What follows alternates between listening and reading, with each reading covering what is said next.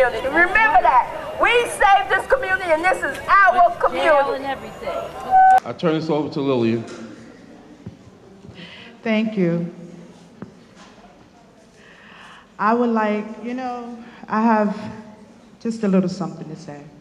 We all come out here and we fight because we want better housing, we want better jobs, we want everything that other neighborhoods have,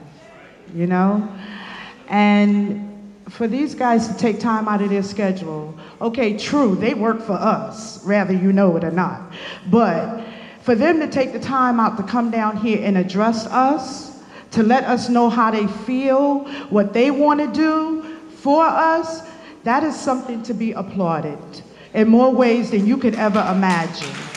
So let's give them a proper round of applause. Let them know that we do appreciate them coming down here, taking their time out to do what they have to do for us.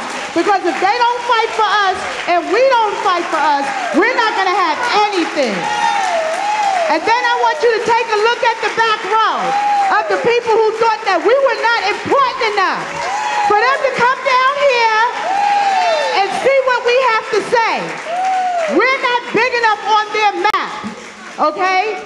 We don't have enough drama going on for them to come down here and take the time out to find out about why there's no jobs, why there's no housing, why there's no daycare. But soon as election time come around, who's outside banging on our doors, telling us that they want us to vote? Well, you know what? Election time is coming around, and that's when we're going to have our say. And they're going to remember this day that they did not show up at this 2008 convention by FUREE. Thank you. We not only have a mortgage crisis that affects mostly black and brown people in this state and in this country, but we also have a displacement crisis, as Mr. Jeffrey told you, where people from this community, if they get put out of their apartments, can't afford a place to live. They got to go someplace else. We can't let that happen either. We have to find affordable housing wherever we can get it. And you know what we have to do? We can't even be satisfied with the 20% that the 421A program gives us. We have to ask for 40 and 50% of affordable housing. My name's Iman Ramawi. I'm the communications coordinator at FUREE. And the prime reason that we do this is to show the developers, show the council members, show the assembly members that these neighborhoods aren't empty. They're not full of derelicts and losers and unemployed people. They're full of families who just want affordable housing. I know I make a salary and I still struggle to pay my rent and pay my bills and eat, and that's not, and they have kids and they have health problems, and it's a shame. So we do the convention every year because there are council members who do care, there are assembly members who do care, and representatives who are here for us, who are concerned with what's going on with the higher powers in the city and want to let us know in the community that we're not alone. So that's one of the big reasons why we do it. First, I'd like to thank all elected officials for coming out and participating. We're doing a march and hope you can all join us in our march from here to Albee Square Mall. The badge we gave you are filled with information about upcoming meetings and events. But now I'd like to take time to encourage people to join FUREE. This is a serious business. I've been to a lot of places with FUREE, all dealing with public housing problems. It's no joke. They have a plan in action against public housing. I've been to Atlanta, Georgia, Miami, New Orleans, all for housing problems. Government lies. These places have some serious problems. In Miami, there's no such thing as a 30-day eviction notice. They give you 24-hour notice, day to day. In Atlanta, they just sold out public housing. In New Orleans, they used the aftermath of a flood to tear down public housing. New York is lucky. We have the blueprints of housing right here with laws. But we're in danger just like the rest of these places. If New York falls, the rest of public housing in the United States will fall. It will fall. This is no lie. Housing can't be sold, but it can be destroyed by creating blight, like what you're doing on Maryland Avenue, by tearing down all the services and forcing people to travel further for their needs. That's why it's important for us not to listen to the lies about public housing. Enough is enough. So come join FUREE. No more talk. Let's take this walk together. Come join FUREE so we can handle our business and take back our communities and our lives. Thank you. It's nationwide. People think, oh, maybe it's just Brooklyn. No, it's Harlem too, as we know what's going on with the housing there. I live in Jamaica, Queens. It's happening over there now. MTA sold a whole bunch of space to developers to do as they like. And, you know, it's happening. We've met people when we went to our the U.S. Social Forum in Atlanta. We met people from all over the country who say the same exact thing. And it's like, oh, wow, that sounds familiar. Oh, because it's happening in New York. So it's a nationwide thing. And a lot of people don't know these developers, they're not just in New York, they're nationwide. And some of them are international. And these problems are, you know, they're bigger than that. There's no space for the low-income people anymore, since we're trying to expand our horizons and have other jobs other than cleaning up the streets. Like, you know, they're threatened by us. So it's becoming a problem of trying to get rid of us and make us I don't even know what to call it, what they're making it. They say they're getting together, they're closing down these small stores to bring in big luxury stores, bring in better supermarkets. But what they're doing is making it unaffordable for even middle class or upper middle class people. They're struggling too. It's not just people of color. There's plenty of poor white folks out there. So it's not, you know, it's just low income people and young people and people with disabilities. It's, you know, people don't. And they think, oh, if you're homeless, if you're having trouble paying your bills, it's because you're lazy, it's because you don't have a job. That's not the case. And most often, that's never the case, that someone's just lazy and didn't want to work for their money. Everybody needs a little help, and they forget that. The next issue is we're fighting because of destruction of Myrtle Avenue. As you know, everywhere in Brooklyn is being destroyed. We got on Atlantic Avenue, we got Bruce Ratner over here, they got John Catsimatidis. He's removed all the entities for people and senior citizens and handicapped people to be able to get food and have a place to stay. So that's one of our biggest fights over here, to get Catsimatidis to build a supermarket, pharmacy, and for NYCHA to restore the apartments that are here for these people that live in this community and have been here for years. And I'm sorry I have to go inside, okay? You're welcome. And last but not least, right now, the economy is not doing too good. And if you see, most of these towers that are going up on Myrtle Avenue are empty. They're empty. They're empty. Down here in Myrtle Avenue, downtown Brooklyn, developers are building up all around us, high-rise condominiums, and none of them are affordable for the people of the community. So we need them to make some of these high-rise condominiums affordable, very affordable for the low-income people in this community. All our services have been taken, our supermarkets, drugstores, laundromats, and we have senior citizens that we really are affected by it because they have to spend their little money they get once a month to take cabs to supermarkets, and that ain't right.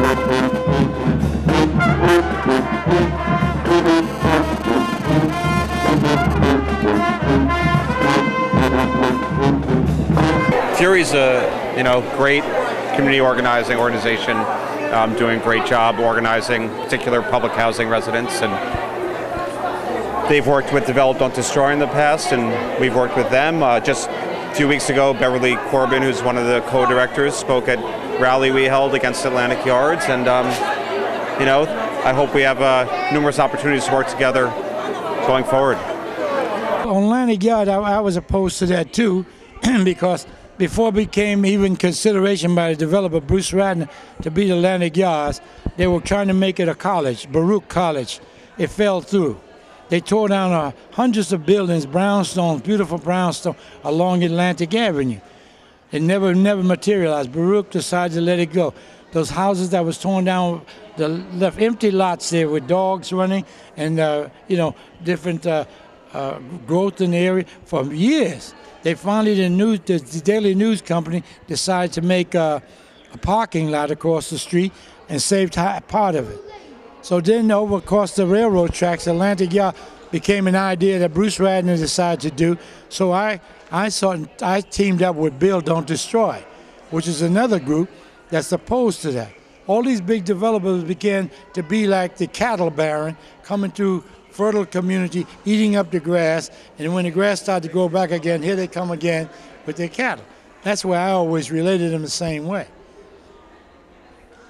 This FUREE Convention and the work they've done, the work Develop Don't Destroy has done, and other groups, I think the times when we actually physically come together is real proof that we can work together across all different kinds of supposed boundaries to fight against a common cause, or for a common cause, which is the overdevelopment and over-gentrification and displacement going on all around downtown Brooklyn. Next, Diane's going to introduce this one. Hi, y'all know me by now, Diane. Yes, I would like to introduce to y'all Mr. Edwards from Governor Patterson's office to say a few words. Good afternoon, ladies and gentlemen. I won't stand behind a podium. I haven't earned that privilege as of yet. My name is Kahari Edwards. I work for Governor David A. Patterson's office. My role in Brooklyn is to assist your assembly and state senate in whatever ventures and whatever causes that they feel are necessary. I know the governor will be very encouraged to see a gathering and a unified gathering of this, because I know when FUREE called me, they said you had to be there, and the governor said you had to be there, so that's why we're here. Everything that your elected officials stated, we are in total working coalition with. We are supporting your movements. As they spoke about the shelter allowance bill, because the tenants of housing called the governor's office when he was Governor Spitzer, we were able to get the governor to sign that shelter allowance bill, which gave more money into the housing, NYCHA's housing budget, so that you guys would get more of your stuff done.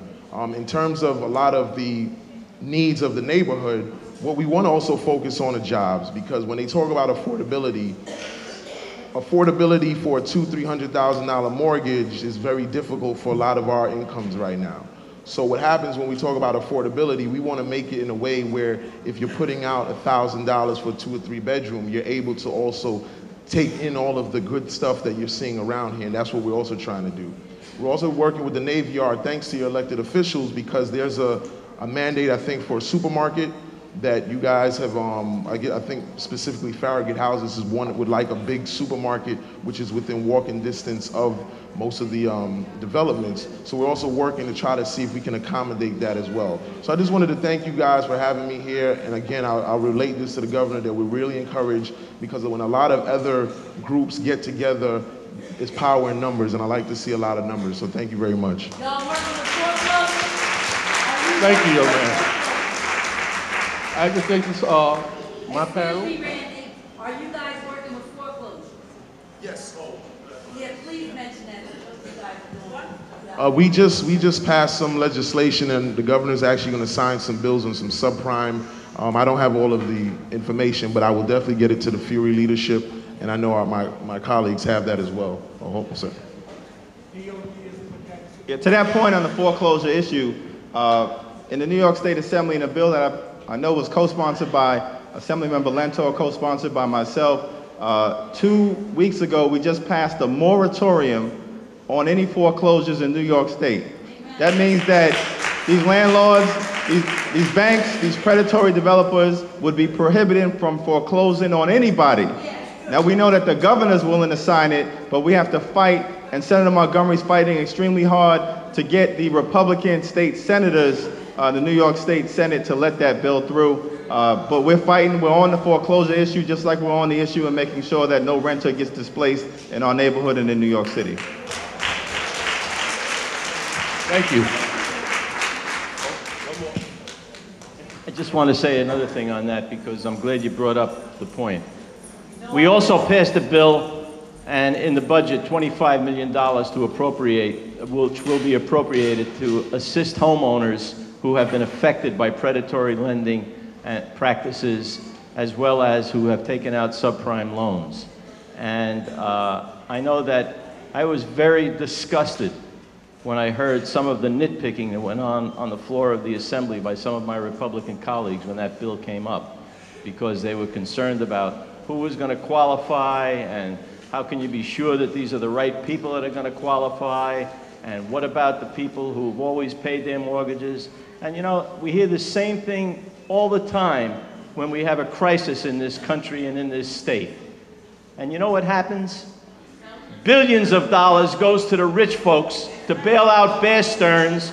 Billions of dollars goes to the savings and loans when they're in trouble, and we get the chump change, if we can get it at all. And I just want you to know, I said that just the way I said it now, right on the floor of the Assembly. My name is Beverly Corbin, and I'm co-chair to the board at FUREE. And I've been with FUREE for the 5 years since we were just an umbrella under Fifth Avenue Committee, and now becoming independent. So I was the first one of the groups on the board for FUREE. Egress issue for child care providers in Brooklyn, because they're saying children living above the 6th floor aren't safe. My question is, with all these high rises going up, families that have 3 or 4 children, are they going to be safe in the same issue that low income families are going to be in? Are they going to be the same situation? So is Sally and Jane's nanny going to be able to get them out of the building the same way Kwanzaa and Hakeem's mother is going to be able to get them out of the building? So the city needs to look at that and start to make issues. If it's not safe for daycare providers, it's not safe for families at all to be in those same buildings. Sandra Robinson is going to be speaking about, her experiences as a daycare provider. I have been with FUREE for the last 3 conventions. And I am looking forward to the day when a child care provider will not have to be standing up before you talking about what it is that we need to change in order to have quality child care in our neighborhoods. I am one of the FUREE success stories. I was threatened to be closed down because of the egress issue. Those are the 2 exits that you need to be able to get out of your daycare, family or group daycare center. They changed the policy at the end of 2004, which meant that they were going to shut down about 600 of us at that point. FUREE has been fighting for the last 4 years against that policy, and we were successful. I happen to be one of the people who only had the backyard egress problem, and FUREE successfully changed the policy so that I could, along with about 550 others, remain open in the communities that we choose to serve. Thank you. But unfortunately, that fight continues because we were fighting for egress for a lot of different places. We're fighting for egress, if you can believe it, on the 1st floor. Can't get out of the 1st floor. And at this point, they are shutting down any daycare that is above the 4th floor because the fire department cannot reach them in case of an emergency. And as you can look around Brooklyn, and they're building bigger and bigger skyscrapers, but you can't get to the 6th floor to remove us and our children. We continue to demand a statewide hearing to let them know that this cannot be done under the cover of night. We want the public to know that this is what's going on with the daycares, because unfortunately right now, they're shutting them down one by one. And that's a lot of daycares, and it is putting children of color in these communities at risk, because they're saying that it's not safe because of a fire that has not happened in any daycare that we are aware of throughout this city, but they are not thinking about the other risk that we have when you shut down hundreds of daycares and leave thousands of children unattended. We are now talking to the politicians and asking everyone to understand that the daycare is a priority in our community so that our families can go to work, so they can pay for the housing that's coming up. We want to be sure that daycare remains in these communities. So we are demanding that these shutdowns be stopped immediately. We are demanding that OCFS's policy is reviewed, because we were not a part of any asking about the policy changes. We have people who have been doing daycare for 26 years in the same location with no fire. Children have been safe in these locations for that long. We think they're still safe there. So we're asking for the shutdowns to be stopped immediately until OCFS and the state can review these policies and realize how it's affecting the communities that we serve. And we are demanding a relocation and repair fund for those providers who will never be able to comply with these regulations and have to move to another site. Or for the first floor people who have to build a permanent staircase to their windows so the children can get out, who receive so little pay that that money could not certainly come out of our pockets. So what we would like you to do is help us propose a revision to these regulations so that we can continue offering the quality service and work with dignity, keeping in mind that we are providing the best service for our communities. We need OCFS to create a relocation and renovation fund specifically for egress issues. Thank you. Thank you all for your support that has allowed us to win our victory so far, and we look forward to your continued support. Right now, I'd like to introduce you to some young, innovative, talented whiz kids, our future. These kids have been working hard for the past 3 weeks at FUREE, getting ready for this event. I want you to recognize them for all their hard work and thank them. Clayton and BB.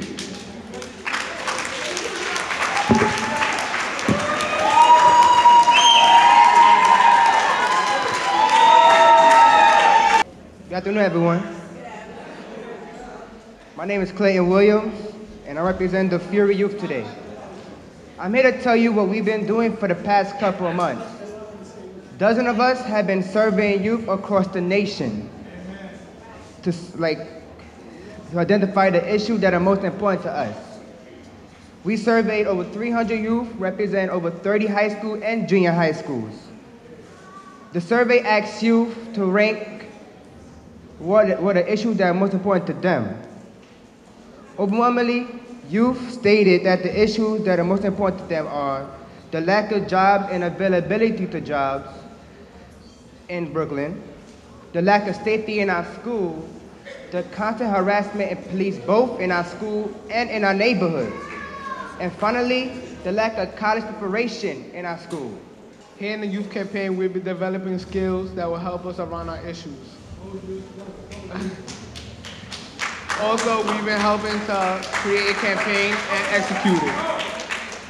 If you like what you're hearing, you could come to our meetings. It's from 4 to 6, and from Wednesdays and Fridays, at 81 Willoughby Street, 7th floor. Thank you. As we move forward with our campaign, we would like all of our elected officials right here to help us every step of the way. Together, we can accomplish great things. We may be young, but we got a voice, and we demand to be heard.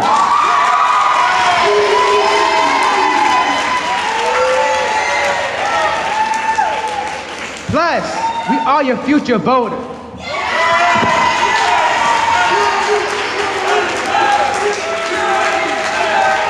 What do we want? Justice! When? Now! Here, you do it.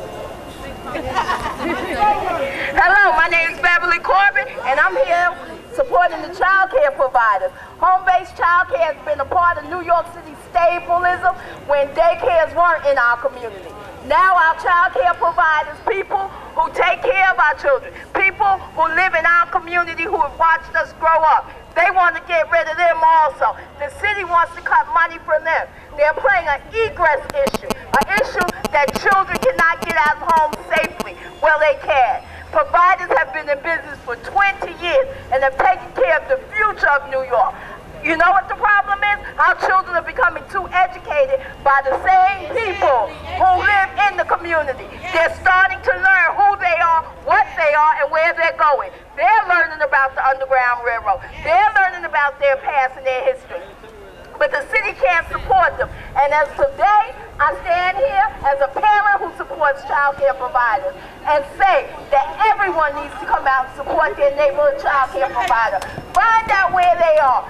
Go there and tell them, I support you. I understand there's been no fire in your home. And if there was, your child was trained how to get out of the fire safely. There's some of these in these high rises because they're not going to be able to get out of the 20th floor as easy as you're going to be able to get your child out the 3rd floor in an orderly fashion.